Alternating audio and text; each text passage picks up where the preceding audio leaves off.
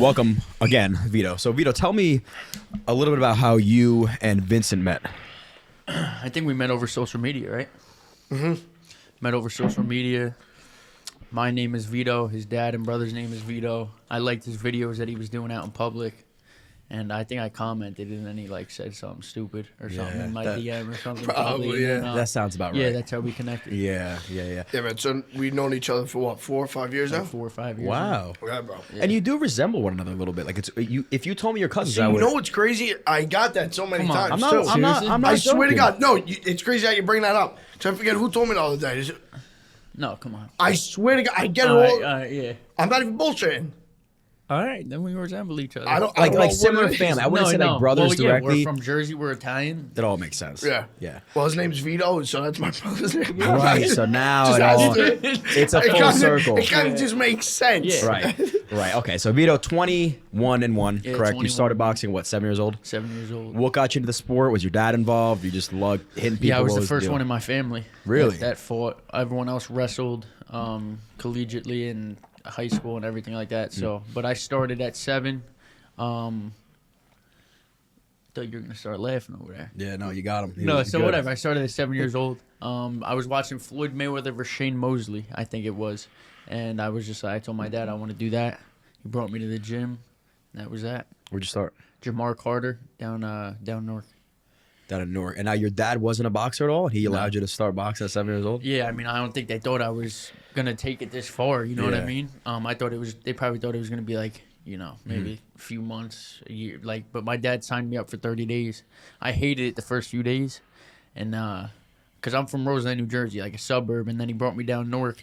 It's like a whole different atmosphere and everything, and I was just in like a shell shock a little bit when I first got down there. I was in a basement of an abandoned church, like this gym, right? So it was Really? like, it was nuts, a whole different like environment. So I got down there, I hated it. Guys were screaming in my faces, the coaches, and I was like, I'm never going back there. He goes, I signed you up for 30 days. You're gonna stick this out. And then like 4th day, I loved it. Didn't want to leave the gym. What made him bring you there? He just felt as though like my dad's like, if I'm gonna do something, I'm gonna do it right. Like I could have easily have went to like a gym up by me, like you know what I mean, like in Parsippany or something like that. If I was really gonna do it, it was gonna be down there. Yeah. So that's why. And did he wrestle? Did he have any? He wrestled. Okay, so he understood the grind. Of, Exactly. Yeah, so he Yeah. knew you had to be the specific spot. You're not getting like the right training at a Like, no-name more gym like- at Parsippany. Yeah. Guys just trying to get in shape, like you Yeah, know what yeah, I mean. yeah. Guys like for boxing at least. Sure. Did they notice at an early age that you had something special, or they kind of were just like, let My this kid keep parents? going? Yeah. Yeah, definitely. Oh, they I think did? I was like my first 10 fights. I was like 10-0. My dad actually forged my birth certificate when I was 7 years old. Like he whited out. He put me as an 8-year-old because you can't start fighting until you're 8. So I was fighting like 8 and 9-year-olds at 10 years old, at 7 years old, and then I was like 10-0. I lost 2 straight, and then I went on like a 30 or 40 fight like win streak in the amateurs. So okay, and when do you decide? I'm assuming like management has a say in this. When do you decide to say I'm ready for pros or not? So when I turned pro, I definitely was not ready to turn pro. Like it was my dad being the nut that he is. Vin knows. I was like, we came back from Spain, my last amateur fight, and I got robbed in Spain like bad. Like I dominated this kid. You're flying all the way to Spain to fight. So I was amateur? we were on the USA team. Got it. Okay. And I fought this kid from Spain. I dominated him. They raised the other kid's hand from Spain. Whatever. Is what it is. So I told my dad, I was like, and my coaches and everything, I was like, I'm never fighting amateur again. Like that's it. So I was this was going into senior year. Like I was in junior year of high school, but then I was just like, all right, I'm gonna go out and play football because I love football. I stopped playing football in 8th grade because I wanted to fully focus on boxing. So the summer I was lifting, I was getting bigger to play football. I was pumped up, ready to go, and like 6 weeks out, I fought on July 13th, 2019. That was my pro debut. Like 6 weeks from then, you got to think like football shape is way different than boxing shape, like a whole different. So like 6 weeks away from that date, my dad calls me. I remember I pulled up in our driveway, and he was like, I got an idea. You're gonna fight on Shakur Stevenson's undercard at the Prudential Center. It's on ESPN, on Top Rank. It's a great opportunity to make your pro debut. And I'm like, yo, are you crazy? Like, bro, I haven't been in the Yeah. boxing gym in weeks, like months probably. And he was like, no, just think about it. Like, we're going to do this. This is what we're doing. This is the right idea. And at the time, like, I'm underdeveloped, like just as a 17-year-old kid. Like, I didn't, like, hit puberty till, like, a late, okay, like, I was, like, gotcha. late bloomer. So whatever. Yeah. I'm like, yo, I'm about to fight this guy. Like, I'm fighting 17 years old, like, underdeveloped, not as a fighter, but mentally as a fighter, physically as a fighter. Like, it's a whole different, like, man strength, like, all that kind of stuff. And he was like, no, we're going to do this. And I was like, all right. I put my mind to it. We went and did it. I got a first-round knockout. I think it was like 1:16. Wow. And made SportsCenter top 10. Wow. And then that night, I remember, was like surreal. Like, the place was nuts, going nuts. Had all the white shirts with my logo on it, and Jersey kid fighting at the Prudential Center. And then after that, we went home. I remember there was a after party at the steakhouse, and Which one? Franklin Steakhouse in Oh, Fairfield, nice. right, Okay. right where I live, like Yeah. 10 minutes from there. So I remember it was like 12:30, and like, you know, at night, like, SportsCenter does like a top 10. So we're everybody's sitting in there, and it's like, not 10, 9, 8, and then 7. Vito Mielnicki Jr. from Roseland, New Jersey. As a kid, you always watch SportsCenter top 10, and it was just like, holy shit, like, that's crazy. Like, I'm SportsCenter top 10, and then from there, we got all these deals from different promoters, and yeah, I ended up signing with Al Heyman before my second fight. Got it. I mean, that must have hit you like a drug. Like 17 years old, you're seeing yourself on SportsCenter. Crazy. No, it was crazy. Yeah. Like, nuts. How did your dad even get the opportunity to fight on that card? My dad, so after I started fighting amateur, my dad actually shortly after started promoting. Okay. He got into it. He started to fall in love with it. He started promoting guys, building relationships like any other business. And boxing's like a small, like a big family, but it's like small at the same time. Everybody knows each other. Sure. Whether you're from different country, whether you're from the United States, a different state, everybody knows each other. So my dad had a good connection, made a phone call, and obviously you had to be that's another story. Like, I was 17 years old.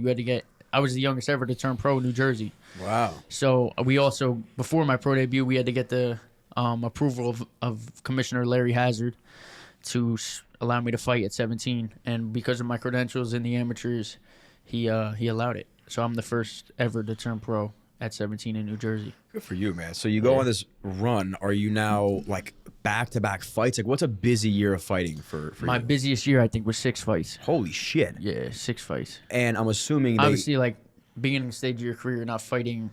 Right, yeah, understand. Like, so I'm getting these guys out of there second, first round. Like, you know, I'm just staying in training camp. But as fighters, we really wear and tear our body in training camp, that's the toughest part. Like, and it's so much on your body. So I was fighting like 6 times a year. Wow. Even throughout COVID, I was the most active fighter probably in the world during COVID. Why did you want to stay so active? I think a lot of guys got stagnant, and a lot of guys probably like were forgotten about throughout COVID. You know what I mean? Because of the time off and just your name not getting out there. I was fighting on Fox in the bubble throughout COVID. Like, Right. what's better than that?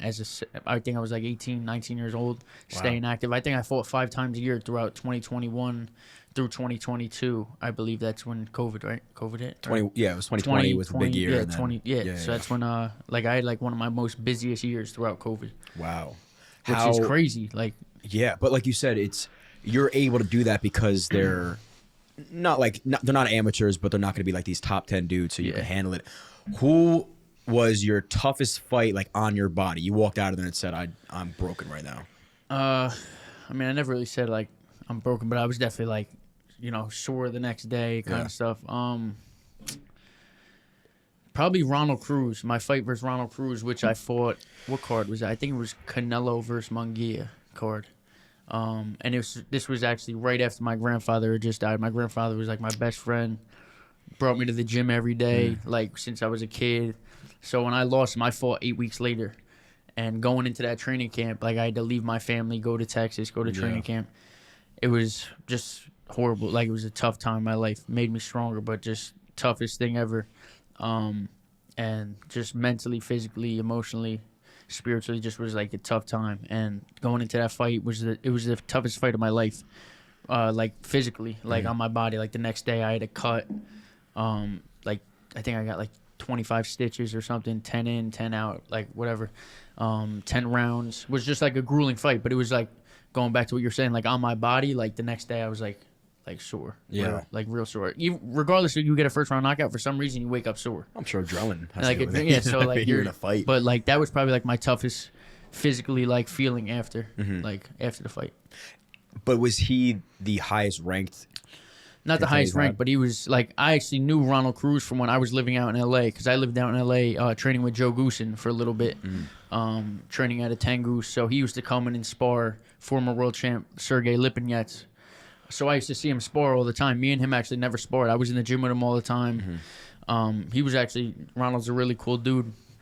So when we got the notice, like, he might not have been ranked high, but we knew that, like, this guy can fight. Like, there's more guys than people know that are dogs that aren't up there that are great at what they do, and he was a tough opponent for sure. Well, like you were saying before, this is so much more than just being a good fighter. Like this game of rising in the ranks has so much to do with your promotion, your team, and who you are as a person, how marketable you are. I mean, we talked about Julian before. It's really hard for some of these guys to crack in if they didn't like take advantage of their one opportunity of like either situational. Yeah. And, like, I have someone close to me, Mark Parlavecchio. He's like my uncle, mentor to me. He always like tells me like you have a small window of opportunity. Like as an athlete, you have this small window. You have to maximize it, take advantage of it, and I feel like that's what I'm doing right now. Yeah, you're 22, so you got plenty of time. This next fight in June, is this going to be, or this should be your hardest fight to date?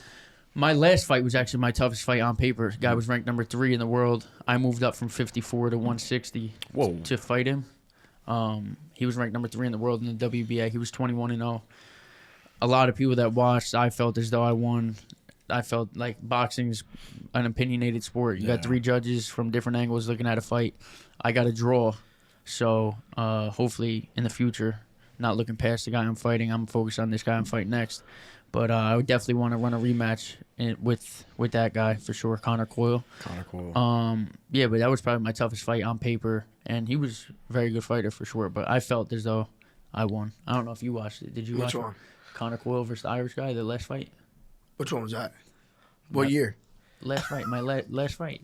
Oh, February. Was I there? Were you? You might have been. I might have been there. What do you mean you might have been? I think, You don't remember? know. It was 2 months ago. You might have been. February, 2 months. Was I there? This guy's fucking. No, seriously. You guys went, You right? would have remembered being there. Where was it? Madison Square Garden. You don't remember being at Madison Square Garden to watch a fight? Maybe I didn't No, come. because were you guys there? I don't know. Pork, were we there? Yeah, we're there. Oh, No, but okay. which fight was it? The guy. You won. No, that was a different fight. Okay. Oh, okay, so we weren't there. It was a month ago, Vincent. Yeah. You weren't there. You would know if you were So, there. no, I don't know if he went to that one. He might No, have had an maybe event. not, maybe no, I not. think he had an event. You didn't lose. No, I got a draw. Draw. Yeah, I watched it on TV. Yeah, you watched it on TV. Yes, we watched it on TV. Yeah, I felt as though it wasn't a draw. I felt as though I won 7-3, if maybe 6-4. Yes, because I remember that. Me and fucking Steve were going outside the TV, and we're like, the fuck? Yeah, they gave it a draw. You were But- piecing the motherfucker up. I watched the whole thing. Yeah. Yeah. Fuck him. What, yeah, I mean, yeah, what he said. When you prep for a fighter, obviously you are watching him, like either it's tape or you have simulation as far as like people that are sparring with you. Yeah. How close was he to what you expected? He was definitely he was better than I expected, honestly. Like Really? I expected listen, he was good. He was a good fighter. We had the right sparring in camp. We had a great training camp. My coaches helped me watch film and all that kind of stuff. And he was what we expected, if not more. Mm-hmm. Young guy? I think he's 30. Oh, okay. 30. He's 21-0. Ranked number 3 in the world at WBA. That was my first fight at 160, like I said, moving up to 160. What holes did he have in his game? You want me to be honest with you? I felt as though the fight could have been. I could have stopped him in 4 or 5 rounds. Really? I felt like it wasn't what he did. It was what I did that, allowed the fight to even go the distance. Like Why? I heard him several times early on in the fight, I don't know. I just went into like a different game. Like I didn't stick to my game plan. Our game plan, I could have easily fought him from the outside and did what I had to do, and got him out of there in my eyes in 5 or 6 rounds. Sure. I think a lot of people in the arena thought that it wasn't going to go the distance. But listen, he's a tough fighter, good fighter. He's ranked number 3 in the world for a reason, and it went the distance. Obviously, that's what boxing is. It's opinionated sport. Sometimes it's not gonna go the way you expected. But I remember after the fight, I looked at my promoter, one of the guys with my promotional company, and I said, "How did they score it? 7-3, 6-4? Because they know the scores before they get announced." Oh, you like were like guaranteed win at this point. I this was after the fight, like, Yeah. and I'm in the ring, and I'm like, "How did they score it? Like 7-3, 6-4?" He's like, "No, you got to draw." I remember like there's this picture of me with like my hands on my head, just like so pissed off, and I was just like disgusted because I'm like no way. Like I didn't fight the fight that I was supposed to fight, but even doing that and probably fighting the fight he wanted me to, I still won the fight in my eyes, and probably a lot of people's eyes there.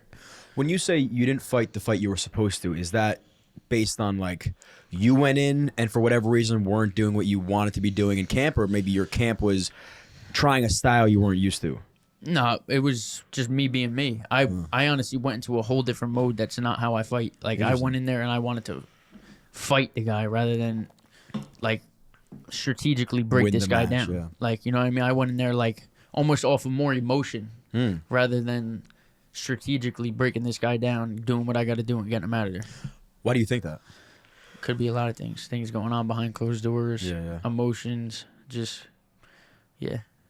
A lot of things could play into that, factor into that. But I feel like that's probably like things going on, letting things into that shouldn't be on fight night, like in terms of mental states. You know what I mean?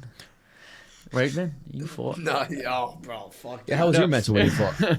I was fucking dying in there, bro. Right? How many No, he actually listen. He fought well. He fought well. He has a lot more heart than a lot of guys. Listen, I give props to anybody who gets in the ring. Absolutely, yeah. And like that's why I always say like people who have never gotten in the ring who are talking shit about guys who get in the ring fighting for other people's entertainment. Like, come on, bro, that's crazy. Like, you don't even know what it feels like to get like I was dying. that in ring walk. motherfucker. Ask him about a ring walk. Yeah. What is that down? ring walk feeling? Fucking you're done, bro. I was like, oh fuck. You got What's your going team on? with you, but they're not taking those 3 steps up into the ring. When that bell rings, it's you and this other guy in front of. He's trying to rip your head off. And he's like, come on, like that's modern day like. Gladiator shit. Yeah, exactly. I remember when Julian came on, he's like, it's funny because a lot of the times you hear the crack and the sound, and you would think watching that it hurts. So like, good. It doesn't hurt. Like some punches don't hurt and other punches hurt. Yeah. You know, like did you feel like when you were in the ring, like No, you I got said hit, that, you're bro. like, It doesn't. You don't really feel anything because your adrenaline's pumping. adrenaline. but I'm You sure don't as a feel nothing. season But fighter, as there's fighters, been, like, you know what shots when you land them, like, I'm gonna you hurt. could just tell. Like, you could tell by a guy's, like, everything. Like, his body language, when you look into his eyes, like, when, like, just the movements that he's doing after you hit him. Like, you could tell by his legs, how his legs are moving. So, you know, like, I've been doing this for too long not to understand when a guy's hurt and when to jump on. Like, you know what I mean? Start pressuring him. Yeah. We mentioned again Julian before how we were talking about Tank online, and you can verify that it's true. Correct? He was Tank and him definitely have had some fights in the amateurs. Going back to like I think it was one of my dad's amateur shows that he threw at the really? Chandelier. And I don't know if there was they might have fought at Elite Heat. I forget where it was, but they fought a few times. Yeah. And Julian definitely, yeah. I told you, Tank's my boy, but I mean, Julian did his thing. Yeah. I'm not gonna go too much. I was about you say a Julian's lot my by boy not too, though. you say a lot by not everybody, saying. everybody in the boxing game, like on the East Coast, was probably there because at that time, like Elite Heat, where we trained, was like the hottest gym in Jersey. Like we had like 12 national champs every year, like, and the shows that we threw, like they were sick. Like you had guys from the East Coast, from the West, coming out for day shows in Jersey, like tournaments in Jersey. That doesn't happen anymore. Like, you know what I mean? So at that point, Jersey boxing and like East Coast, like amateur boxing was like at a high. Where do some of the best boxers in the United States come from? So when we were amateurs, it was like Region 1 and Region 8. Region 8 is like West Coast. I think it was like California, like all over there. And then obviously East Coast, like different styles usually. Really? West Coast usually creates more of like a pressure fighter kind of guy. East Coast is more like we like to box, like we like to hit, not get hit. Sweet science. Yeah. So you think that New Jersey has some of the best boxers in the For States? sure. Interesting. Yeah, bro, look. I'm also biased, right? So Yeah, but there's I think East statistics Coast, to prove it. You know Philly, what I mean? Baltimore, Yeah, New yeah. Jersey. There's DC, a toughness. York. I would have to assume. You know, the culture around Yeah. here is a little more gritty. Definitely, like, than maybe chip some on of your the- shoulder Yeah, kind of yeah, thing, yeah, for yeah, sure. yeah. It's interesting how you say that. The West Coast has a more like punch style. Like of- high output punch, like Yeah. pressure, stay in your chest. Kinda. You would think the opposite. But I guess I have like the. Nah, yeah. No, I don't think West Coast is more of like that. Like when I lived in LA, like that's all I saw in sparring really Mm-hmm. was like guys pressure and putting a lot of pressure, staying in your chest, making you fight. Yeah. Like the gym that I was in, the ring was like 14 by 14, like a very small ring. So like you had no choice but But to the fight. phone booth fight, like Yeah, bar yeah, brawl yeah. kind of thing. Yeah. That's your style. You like the phone booth fight. Again, I don't know. I don't know what type of style. I gotta get back in there. He bro. could punch though. Smoke motherfuckers, bro. How do you stand? With my dick, and then. Are you lefty? What do you mean, lefty? What's your dominant hand? Oh, my right. Okay, you're righty. He's orthodox. Yeah. Yeah, orthodox, yeah. You're southwall, right? No, Nah, I'm orthodox. busting the balls, bro. I know. I watch you every day. I thought you were southpaw for some reason. I don't know why. You mind? Nah. I am. So you're boxing at what weight class now? 160. 160. I started my career. Yeah, my but you recently professional got picked up by Top Rank, right? Top rank. Yeah, I'm signed So with he's Top with Rank. he's yeah. with Top Rank now. Talk about Yeah. that. Go Talk, ahead. talk a little Very bit good about that. question. Very Look at good this. question. He might have to brother. have his own podcast. Wait a minute. Well, soon, bro. Tonight. After this one, you have to do mine. I gotta stay right here. Just press play. Just press play. And welcome back, everybody. He's so sick.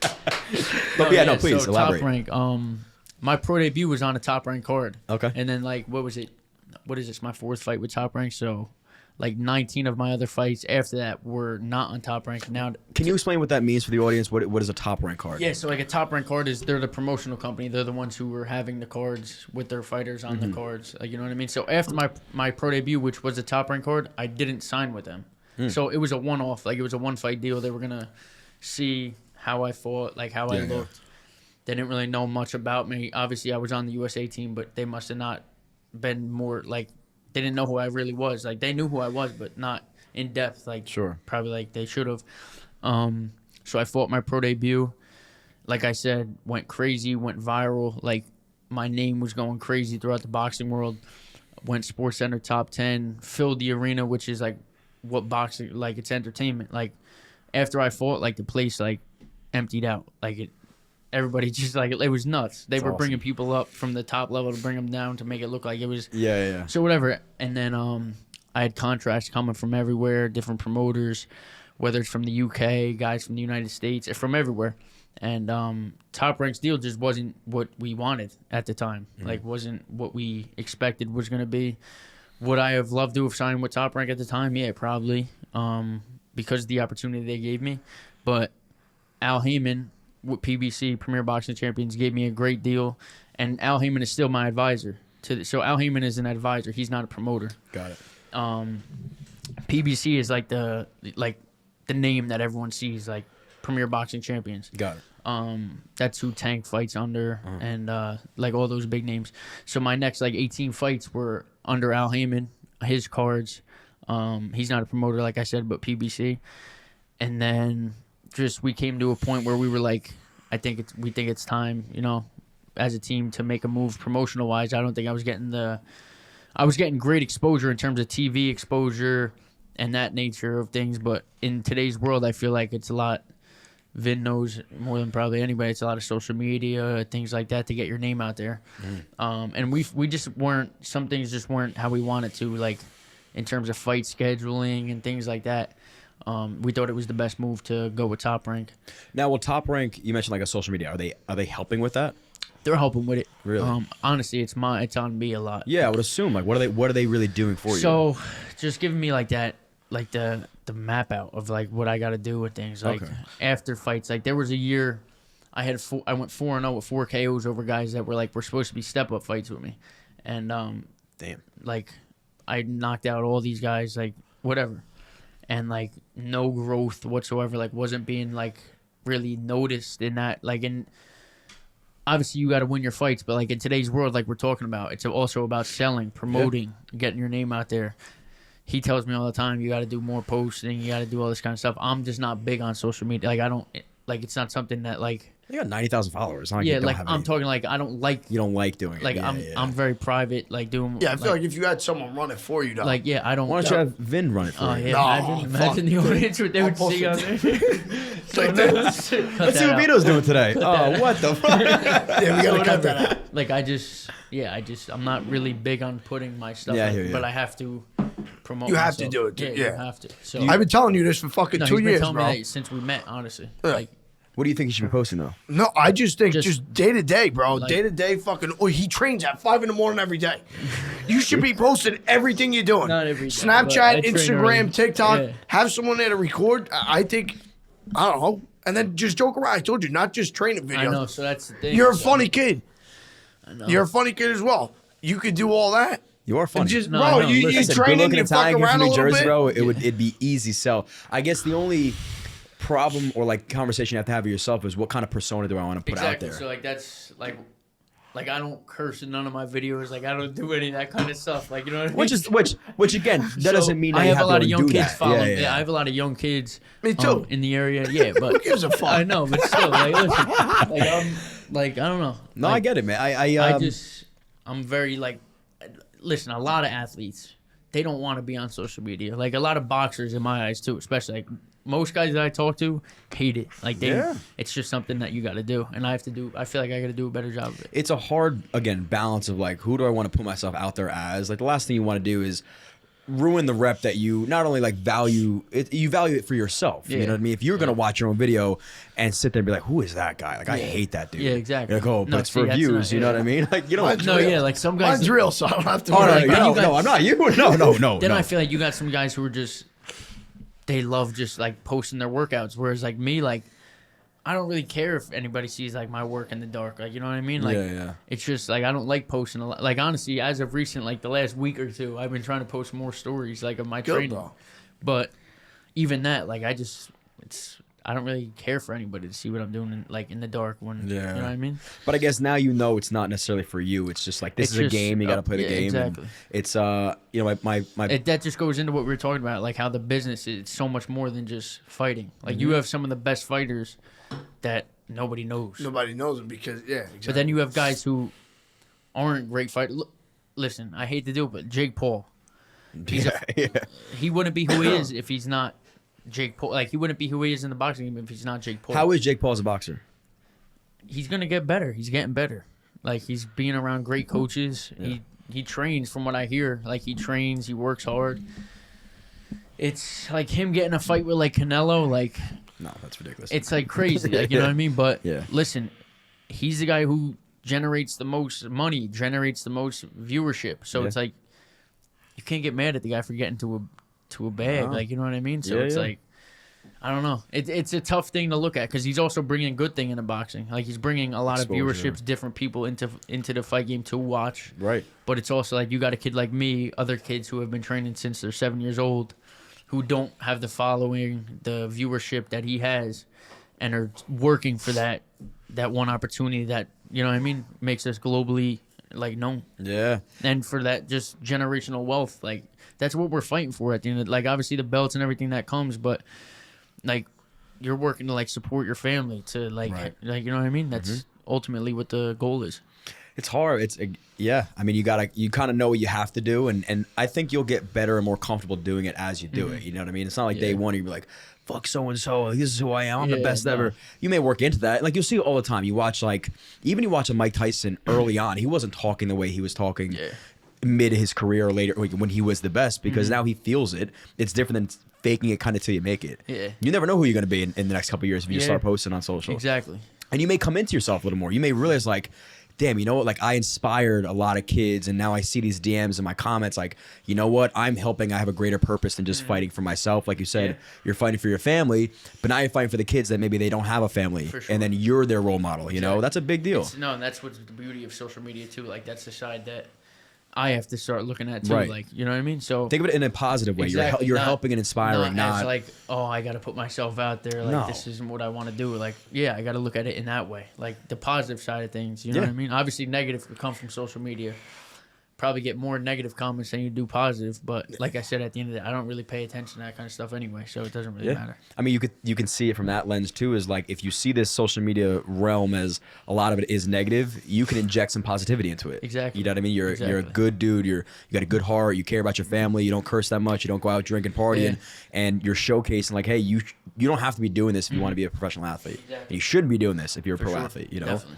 So I like that, and I think just start. You know, you never know what's gonna happen until you just start doing it. Yeah, hopefully after this you start. Maybe he'll start. He's You been think? saying this for Wait, years. Vin, you think he'll start? Yo, let me know if you think he'll start.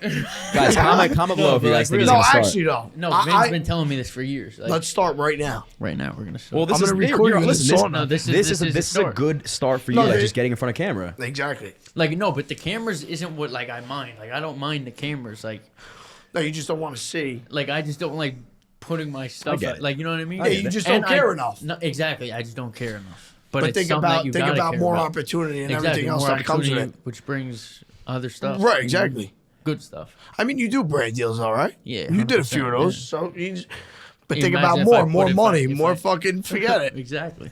You'll be smoking it off the This bone guy's all this guy's day. smart. No, you know what I mean? 100%. Yeah, he's Controlled chaos with this kid. yeah. At times. Yeah, I At don't know times. about the controlled part, but Bro, definitely stop. Look at how chaotic. good I am. I think if you're doing a really good job. Thank you Hey, thank from you, bro. us. If you had somebody running it for you, I think that's the best case. Yeah. Like you said, I've have tried somebody that. follow you around. I'm telling you, he ran mine for a couple months. I show you the first Nobody DMs. could replicate what this kid No, does. no, No, it's very hard. And that- You have to be a typical piece of shit. The first time I met him, I was like, "Who the fuck is this kid?" He came here, he was like, "Yo, let's do a review together." And I'm like, "How old are you?" He's like, 19 turning 30. I told you the first video I saw was him messing with people. I think you were in Target or something. One Wait. of those like original Yeah, videos. Instagram. How about when we had the meta glasses on? We bought the watch. That was so funny, dude. He's Bro, good. so- Listen, he's great at what he does. Though. He He is. promotes himself and does what he's got to Yeah. do. But dude, but the thing is, where was We were in like, we were in Jersey City. We were in the Heights. we were in Jersey City. There was a store that sells like all these watches and shit. The fake watches. The fake watches. We told him we were famous. Yeah. We were gonna get a watch, right, and sell it to Vuka, the watch kid, Yeah, you know. okay. Yeah. But he had these fucking meta glasses on. So I filmed the whole So thing. I'm recording the whole Oh, thing. my God. Bro, it was the most. We got to show you some of the content. Yeah, later, after. Yeah, But yeah, for sure. so So we're done. you're fighting, right? Yeah, I'm fighting June When? 21st. June 21st. Prudential Center? Bro, I'm the host of that. That was good. He goes, so, You're fighting. Vito's like, yeah, we just talked about it for 30 minutes. Yeah, so no, we didn't talk No, about when he's talk- fighting. so my what's- next my upcoming next fight. My next fight is June 21st at Okay. the Prudential Center. I'm headlining on ESPN Plus. Nice. A great undercard too. I don't know how to pronounce the guy's name I'm fighting, but he's 19-0. Whatever. Fuck, Great fuck him opponent. too. Yeah. Video can't say it. You say it to him. Oh, yeah, I got you. Anything you need me to say. Yeah. Great opponent. Yeah. From overseas, so should be a good fight. Now, how do your styles match up? He's more of like a counter punching kind of from what I've seen on film. You know what I mean? Every guy could come in with a whole different game plan. So that's from what I've seen. Counter puncher, just like counter punching, not off his back foot more than coming forward. So I mean, I've seen it all in training, in my amateur fights, professional fights. So Yeah. nothing I've never seen before. What would you consider your style? Boxer puncher. Like I like fighting too. Like when I get hit, like I love fighting, which is like it's a good thing and a bad thing at the same time, which falls into what I told you about my last fight. Like I feel like that's what happened You more. fell Like into the fight of it. I fell into Yeah. the fight part of it rather than the strategic part of breaking the guy down. So, so I'm like a boxer puncher. Okay. I could box. I could do it all though. Like Yeah. I've been doing this for too long not to be able to go to the inside and fight, go to the outside and fight, fight from any range, any distance. You know what I mean? So yeah, I feel comfortable everywhere. How much are you tweaking your style before a fight? Are you kind of just going in and saying, I'm going to do me? You're tweaking things, like you're always working on things, obviously, Right, of like course. everything else. But more just like that's one thing I really don't like focusing. I focus on the things that the guy does bad, but I focus on more of the things that he does really well. Of course. You know what I mean? So but more just focusing on what I'm gonna do, how I'm gonna execute my game plan. You know what I mean? So if you're so focused on what he's doing, I mean, how you gonna be focused on what you're Right, gonna exactly. do? So I like focusing on what I'm gonna do, my game plan, and what we're gonna go in there and execute. What would you say your best quality as a boxer is?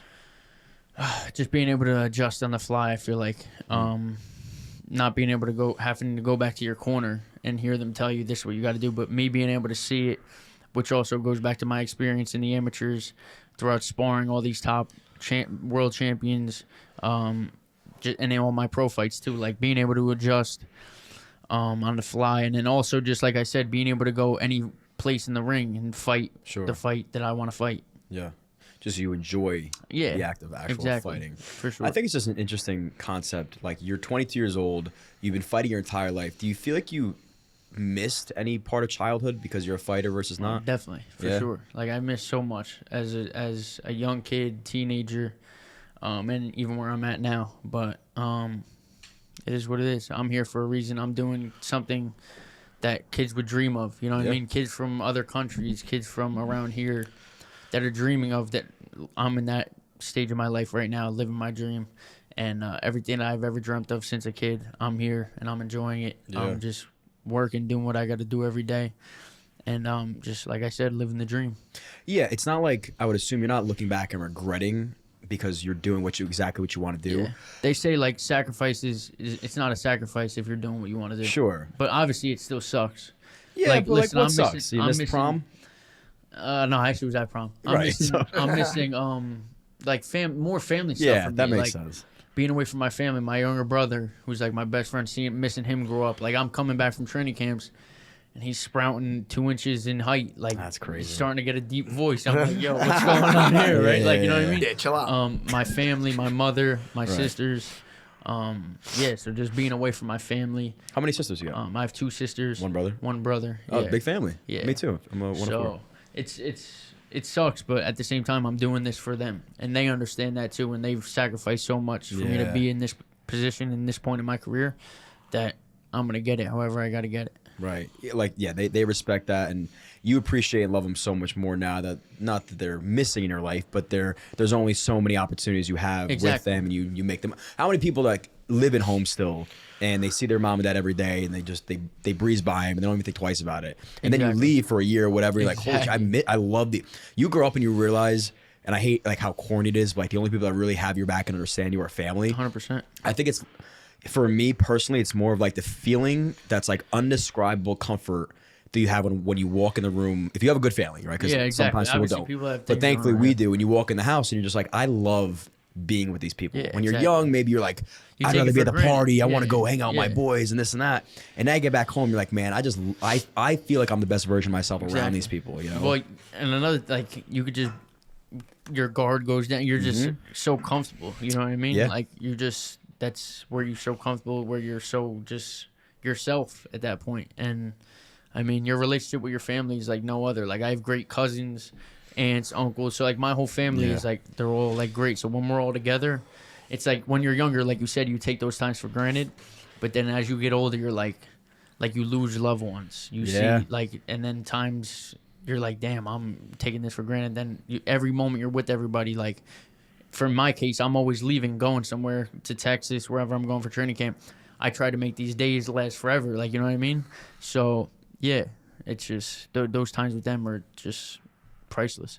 Right. I think we're all, like we said, pretty thankful that we have family, you know, but that comes from the culture, you know, like you got this kid that's running around doing whatever, and think about who is a couple of his best friends are his brothers. You know, he's always doing stuff with, and he's making sure that the family's around. Exactly. And it probably comes from a rooted place of like, I know I can trust these guys, and I don't know if I can trust anybody else, you know? 100%. And that, listen, the fight game is crazy. That's why having my dad behind me, like, I don't have to worry about getting, like, guys taking advantage of me. My dad knows the fight game. My dad is going to take care of me. I trust my dad with everything that's going on. So guys don't have that in the fight game. Guys that are not being guided in the right way. Like, I'm so grateful and blessed to have people that have my back, that know exactly what's going on at the time that everything's happening, that I don't have to worry about guys taking advantage of me, because the business is the most dirty business in sports in my eyes. Like, money that you're not seeing that's off the table because promoters are taking it, managers are taking it. money goes everywhere. Not even in that, but even like fights being made, like having the right people around you that can make things happen is important, and it's a big reason why some fighters are where they're at and some fighters aren't where they want to be. Sure. How is your relationship with your dad? It's a crazy. Listen, obviously you're gonna argue because he's on the business side of things, but our relationship is probably just like it's one of a kind, like different, like because he can be a dad to me, but at the same time he's also like so big a part of my career, Right. that that could obviously overtake a lot of things that's going on because he cares so deeply about what's going on. You know what I mean? So yeah, it's a different kind of relationship, but it's one of one for sure. My mother is more like just like she doesn't care, like whatever, like if as long as I'm good, Yeah, of you know what I course. mean. She My wants you mother, safe she and cries happy, every right? time I'm in the ring. That's my best friend though. My mom she's my rock, my everything. Through That's like awesome. ups and downs, that's who I lean on. God bless. I would assume it's probably harder for your dad than you, because again, like we think we're emotionally tied to our parents. It's not even comparable to how emotionally tied they are to us. And now your dad is in, like you said, a very nasty business, and he's got to negotiate and work for you as if you're not his son. So like maybe somebody in the room says, well, he's just not a great fighter and this and that. And your dad's got to like shut his mouth and not act like a dad. I'm sure it has. And that's happened. And he can't let his emotions get in the way and ruin business. Exactly. So, and my dad, he knows him. He's very high end. Like, like he could get there screaming really quick. Like he'll go 0 to 100 really quick. But when it comes to that, like he's got to understand that. And I think he does that. Right. But This isn't my son right now. Yeah. He's also not going to let somebody badmouth me at the same time. That's not not going to happen either. So, I mean, listen, he's doing a great job where we're at right now. That's awesome, man. And it's the hand you're dealt. Like you can't play the game of, maybe if it wasn't my dad, it would be better off and this and that. Like you got what you got. And like I said, we butt heads probably more often than we would want to, but that's a part of that's a part of it. Like I'm so blessed that I get to even speak to my dad every day, and like for him to be such a big part of what I do, like who has that? Not many people have that. Like I'm fighting on ESPN, fighting on Channel 5 Fox, fighting on Gervonta Davis undercards, Canelo undercards. Like fighters at my age and in their whole career don't get to do that. I fought at the MGM Grand twice at 17 years old on pay-per-view cards. I fought at the Madison Square Garden twice. I'm 22 years old. Fighting at the Prudential Center 4 times. Like I'm fighting on main cards. Fighters don't get to do that. And for me to be 22 years old already doing that and living my dream, that's all I can ask for. You seem to have a lot of self-awareness. Like you understand that what you got is a true blessing. I don't take it for granted at all. There's times obviously you do, and you got to pull yourself back a little bit. Listen, look where we're at. Look where we started. I was once that little kid that was crying in the gym at 7 years old, didn't even know where I was at. Now look at me. I'm on the biggest stage possible in the fight game. You think you'd be as straight edge as you are now if it wasn't for fighting? Definitely. Probably, honestly, I would probably be playing football. Yeah. Football was like my it's still like probably my favorite sport. Football is definitely like my favorite sport. I watch it every Sunday, every Saturday during football season. I wish I could have played high school football, but like I said, that's one of those sacrifices that like look where I'm at now. Yeah. So definitely I was raised the right way, like great family. I'd be doing something trying to make it to the top. In anything I do, that's always been like my mindset. Yeah, and again, that your age is like the hardest age of distractions and temptations. Like for sure. You got everything. You got the world by the balls, and it's like, oh my God, there's so many new things I can start playing around with, and you don't know where, you don't even know what's right and what's wrong. So like, everybody else is doing it. I'm gonna go and do it. I'm gonna go party 4 times a week and hang out with these guys and go try to chase these girls, and then you look back, you're like, whoa, this is not the life I should or want to be living. For sure, 100%, definitely. Are you faithful? For sure. I would assume based on the calls. That keeps it pretty. Yeah, I have people good close to me who probably in the last year and a half I've probably dove deeper into my faith than I ever have. Really? A guy, Joe Draws, the gym that I go to, he owns in Fairfield, New Jersey. Holds Bible studies on Wednesdays, so I go to those.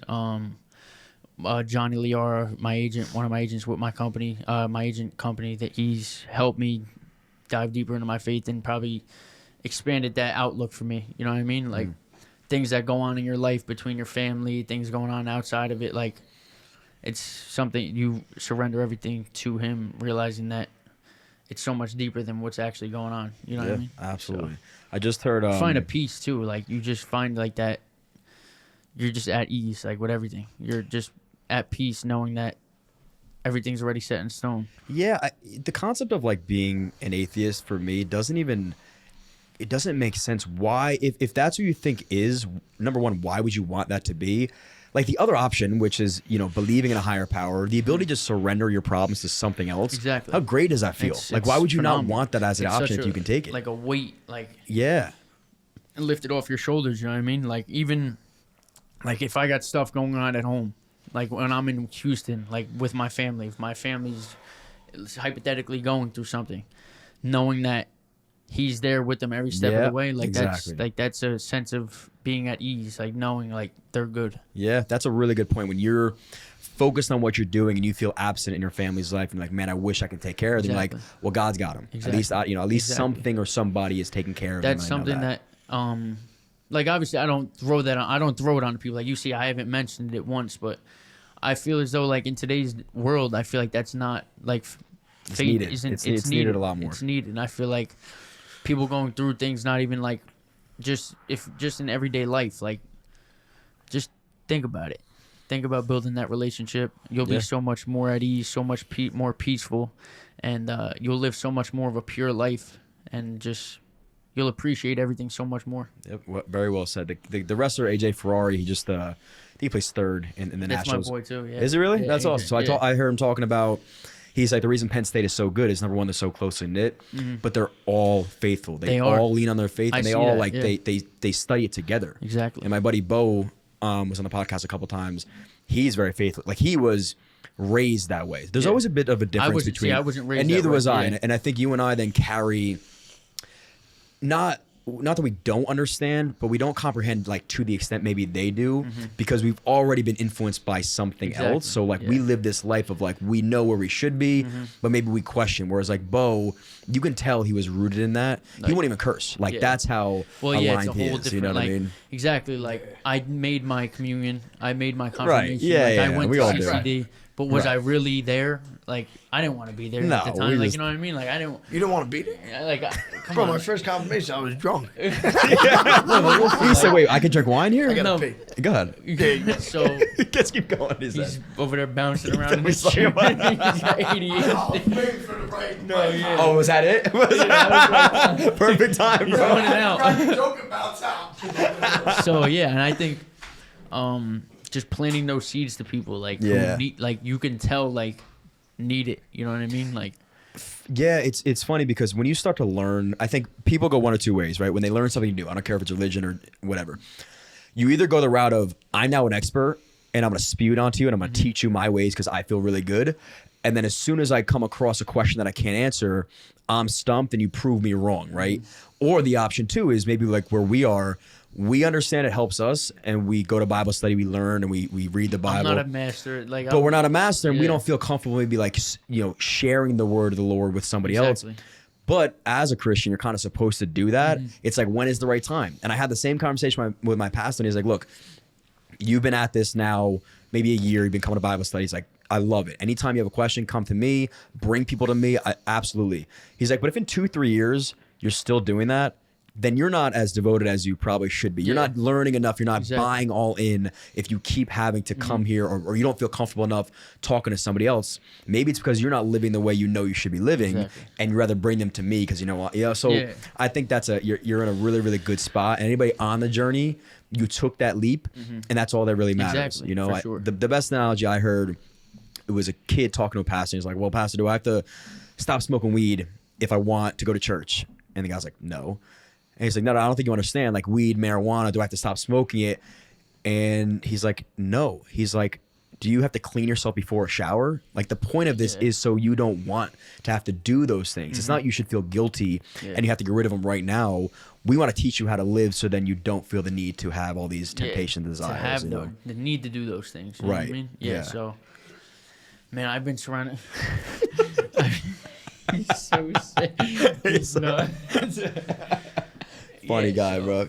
Yeah, that's great, man. You can come back on. Don't be shy. You want to stay over there? You want to stay over there, bud? Thank you, bro. I like those shorts, bro. Thank you. Yeah, your nuts are hanging out. Brother, I know. Remember that episode? No, I don't. Forget it. Which one was that? Season 55? Listen, Vinny jokes around a lot, but he has a faith. He believes. I believe in You what? lean on your faith. Oh, of course, Yeah, man. absolutely. We've had conversations. I've got them deep once in a while. Yeah. I remember that. Yeah.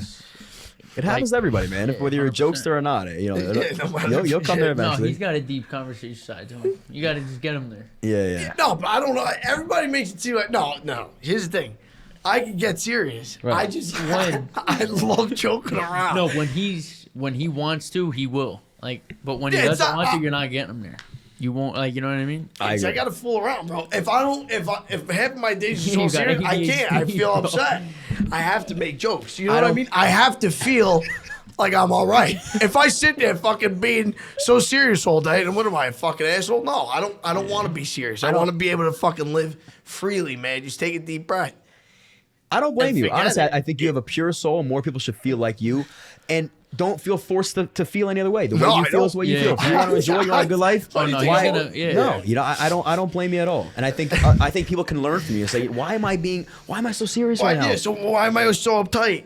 Hey, pal, just take a chill pill. Right, take a chill relax. pill. Like, actually, dude, that's all I do, bro. I don't worry about nothing. Yeah. I don't give a fuck about anything. to Okay, be well honest that may with get you in trouble. Yeah, but, that'll get you in but, trouble. but again, I you. No, like not saying it in that way. I'm saying like around me, like it's all right, bro. Like I'm doing what I want to do. You know, I'm just having a good time, bro. but you do inject some really positive and light energy into a room, which is great. Thank you, bro. You make a lot of people feel really good about themselves. Maybe they're having a bad day, and instead of you sitting there talking about their feelings, you just cracked a joke. Cracked a joke. And then they're smiling for the first time exactly. yeah, man.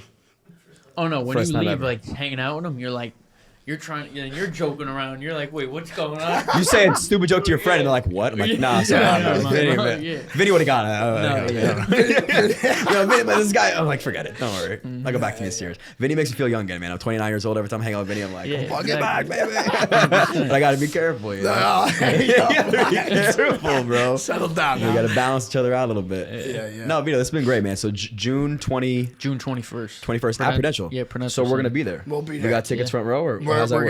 gonna get it. So V. So we're gonna figure that part out. We'll get that one going. No, we'll actually Tickets set are that on up. Ticketmaster right now. Tickets are on Ticketmaster right now. Go buy them. We're gonna get our tickets elsewhere, right? Yes. But Yeah. anyway, we ask our podcast guests 2 questions after every episode.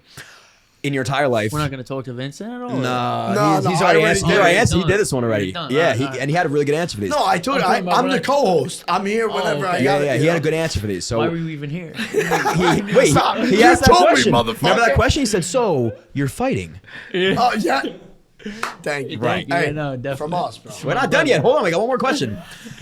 Your entire life, boxing related or not, what has been the lowest of your lows, and then follow that up with what has been the highest of your highs In everything, like just in general, life? probably like this past year, like I've been in like probably 1.5 2 years. I've been going through a lot, family things, people leaving me in my life, like deaths and that nature and that kind of thing. So this past 1.5 was probably 2 years was probably one of the toughest times of my life for sure. Yeah, I've been going through a lot, but like I said, like we talked about, so just diving deeper into my faith, and I feel like that's why I've dove deeper into my faith, because I felt the need to find that sense of like like just being okay, you know, just being good, like with what's going on and everything around me. So probably like the last 2 years I've been going through some stuff, but I'm good. Look where I'm at. I'm training for a huge fight at the Prudential Center at home. Right. I'm enjoying every moment of it. I got great people around me, great family, great support system, and that's all that matters. So yeah, that's probably my lowest of lows, probably this last 1.5 years. But my highest highs probably highest of highs. I really don't like relating it to boxing because You there's don't so have much to. You more can say to whatever like. you want, man. But it's okay also. Like boxing is a huge part of your life, Yeah. and if a specific fight made you feel a certain type of way Yeah. that you haven't had that feeling, that's okay to say. Yeah, I mean, my pro debut, like we talked about, was probably like one of the sickest feelings Yeah. I've ever had because like I seen like a little bit of my hard work, like since I'm 7 years old, like pay off, like in that moment, like started to get the recognition I felt as though I deserved. Being on SportsCenter top 10, getting a knockout in the first round, getting a promotional contract or an advisory contract shortly after that. In terms of boxing, that was probably one of the highest of highest feelings I felt.